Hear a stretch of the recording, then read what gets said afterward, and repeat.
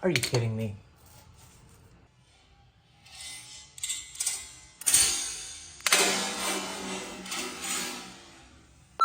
How's it going, guys? This is Chris Time and welcome back to the channel.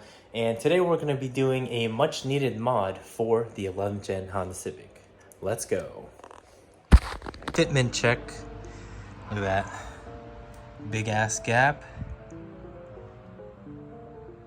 Literally can fit my whole hand underneath this thing. And this isn't jacked up or anything, as you can see. No jacks here. Literally the stock ride height. My whole hand. Damn. So this is the stock ride height on the front. You can fit at least 4 fingers there.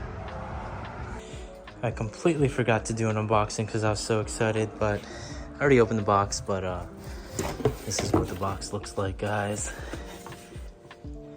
Got the installation guide over there, and these are blue springs from H&R.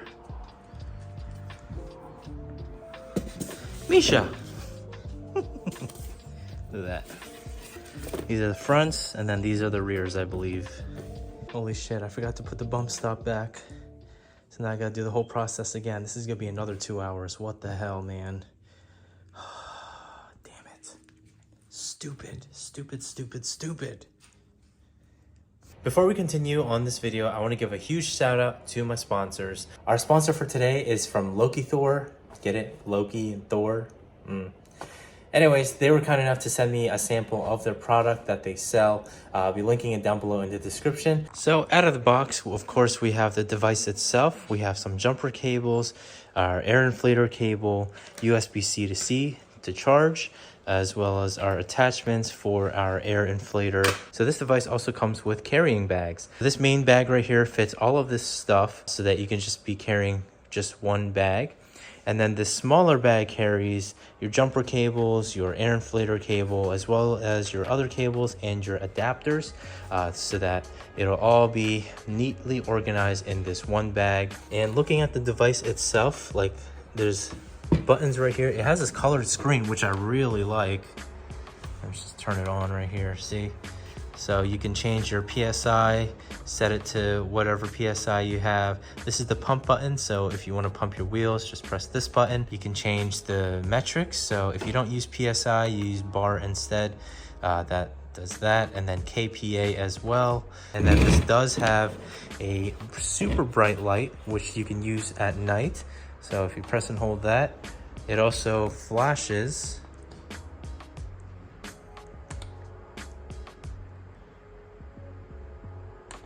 Two different flashing modes. Their logo right here, Lokithor. And overall, this device feels pretty solid. On the bottom, you have the device's information. So on the side, we have this port for pumping air. Then on the front, this is for charging. So if you have a device, it supports USB-C and your typical USB-A, which is always good. So you can be charging multiple devices all at once. And then right here is for your jumper cables. So if you need a portable jumper, this device is also that as well. So it's a nice 4-in-1 device. The battery on this lasts forever, especially on cold winter seasons where, like, you know, your air pressure light is always turned on or your battery's dead, because the cold weather really messes with your battery. So it's really important to have one of these devices present with you at all times so that you can help out a friend or a random stranger on the road, help them jumpstart their vehicle or pump air on their wheels. And as always, I'll be linking this down below in the description, so be sure to check that out if you're interested. This device is a must-have in my opinion. I would always keep one of these in my car, so I have a similar device just like this on the 11th gen, and then of course I'm going to be keeping this on the Type R. The first step is to obviously remove your wheel. Second step, remove this bolt and then that bolt. So once you remove those two, you're then going to go on the bottom. So these 3 bolts 1, 2, and 3 you're gonna remove. And then after that, I took off this cover, set it off to the side, remove these 3, 1, 2, 3. So yeah, I mean, that's all there is to it. The hard part is getting this off because you have limited amount of room, so it's gonna be tough. So you want to get a floor jack because you're gonna have to lift this so that these bottom 3 right here could be like loose. This one right here is a 14. This is a 17. As well as these 3 in the bottom are also 17.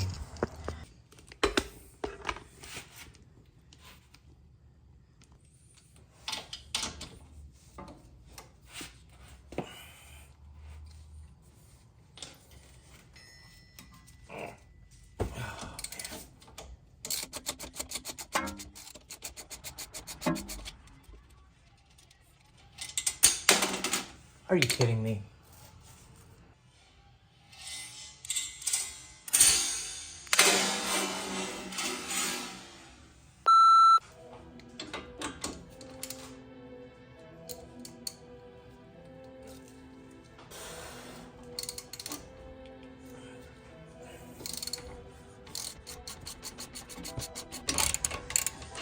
Okay, that's good for now.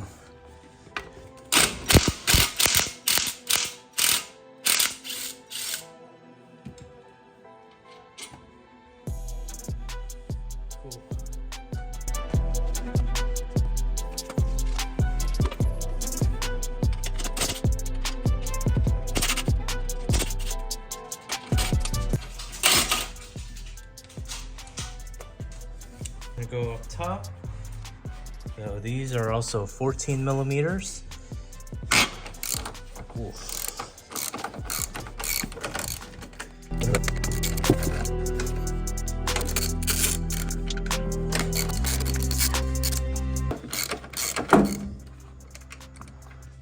Once you get those done, you can slowly drop this.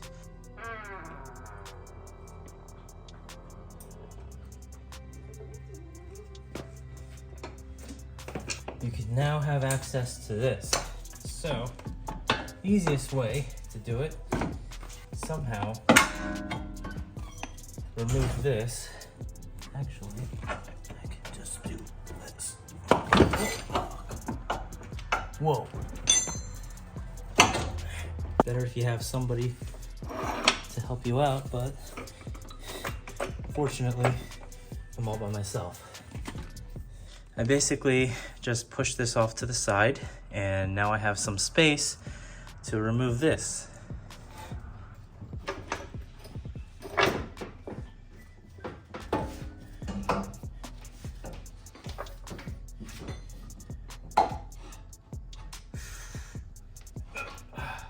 Got it. Now that we have this out, we can then get our spring compressors. You see this picture right here? So you do have to cut a piece of your bump stop and have this part remaining. This part you can just toss. So I have my spring compressors. So we're gonna do just that. Oh, and then once you compress this, there is a bolt on top. So you have to take off that bolt in order for you to have access to this. To get to the bump stop.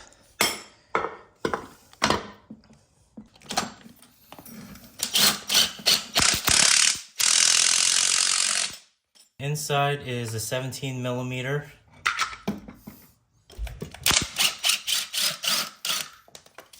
Okay.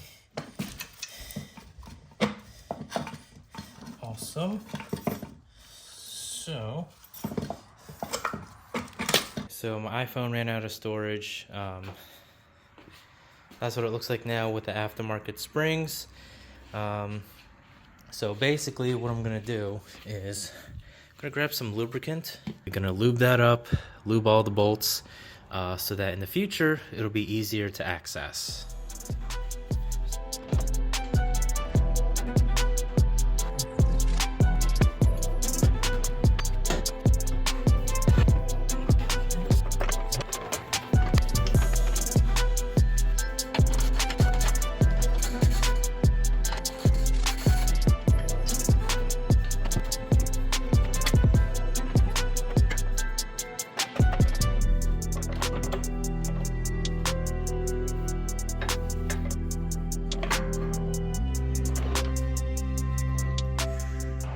done. So I just have to put all the bolts back.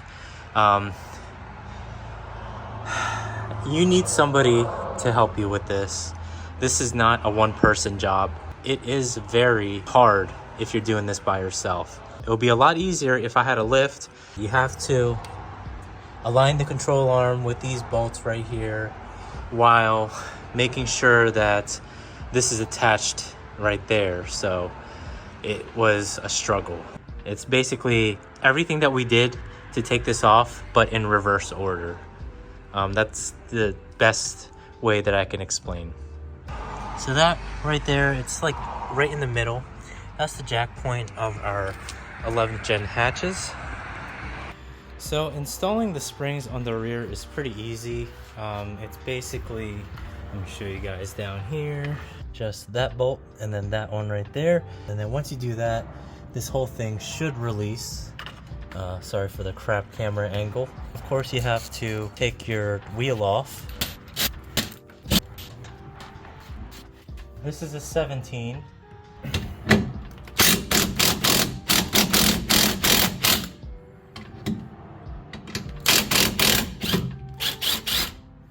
It is a 12. Okay, 12 it is. Once the bolts are removed, it's better if you get like a floor jack. You can use these to align each other. That way you can get the bolts out, which I did. So once the bolt reaches about right here, you can just pull it out or use a hammer to like try to, you know, pull out the bolt. So I'm gonna lower this now to release the spring slowly.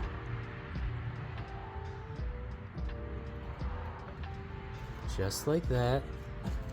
See, now you have access to your rear springs. What you gotta do is pull them out just like that. And here are the rear springs. Easy. We're just gonna grab one of these and put them on this thing. So make sure you take this off and just put them in there.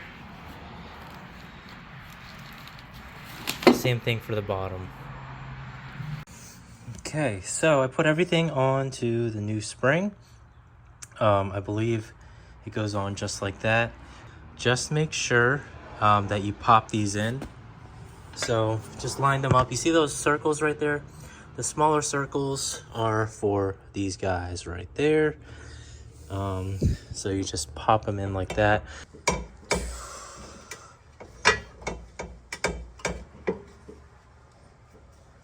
And then you're gonna take your floor jack. You're gonna align these, because you can move this around, see? You're gonna align them together. First, I suggest putting the bolt back right here on the side. And if ever you're having a hard time, you can move this around like that to adjust it. So yeah, just put the bolt back on and then put that back on. I got halfway in, basically just hammered this in. So now it looks like that. And then I also got that one in. So there you go. Once I got it fully aligned, it looks like this. And you just tighten. Once you tighten, then you're pretty much done. After this, just go on to the next side.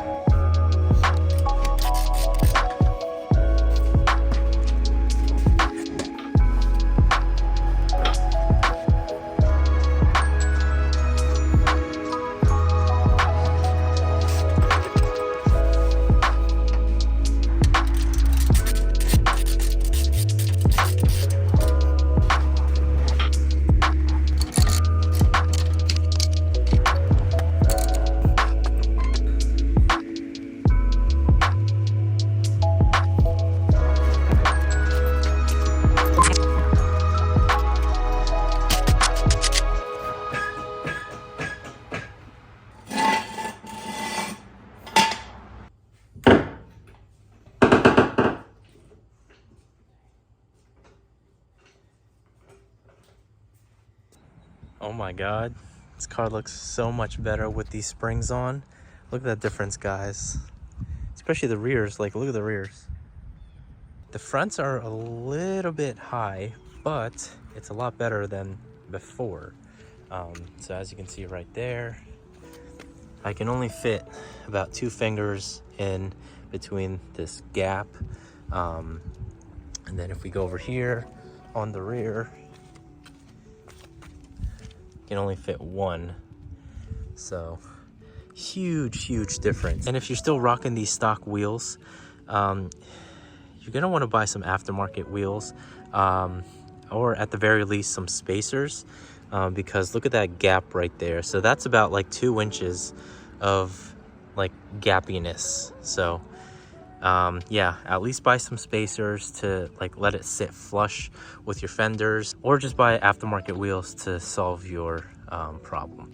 But like now that the car is cleaned and like it just looks so good, especially this color. This car literally changes color depending on what time of day it is.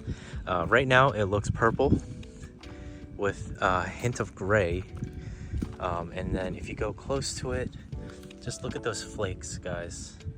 This is the best color, in my opinion. And like, you don't really see many purple Civics out there. So I'm really happy that we got this rare color, but yeah, it looks so good. So this is what it looks like with the lowering springs, but like stock everything. So no window tint, stock wheels, stock everything, but lowering springs.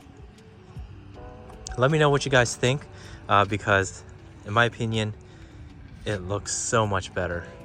Anyways, guys, that about wraps up this video. If you like this video, be sure to hit that like button and comment down below what you guys think of this video. Follow me on Instagram, Chris_time, FK8. I also have a TikTok, same thing, Chris_time, FK8, as well as a Facebook page, Chris Time, FK8, I believe, or it might be just Chris Time. Anyways, thank you all for watching. This is Chris Time, and peace out.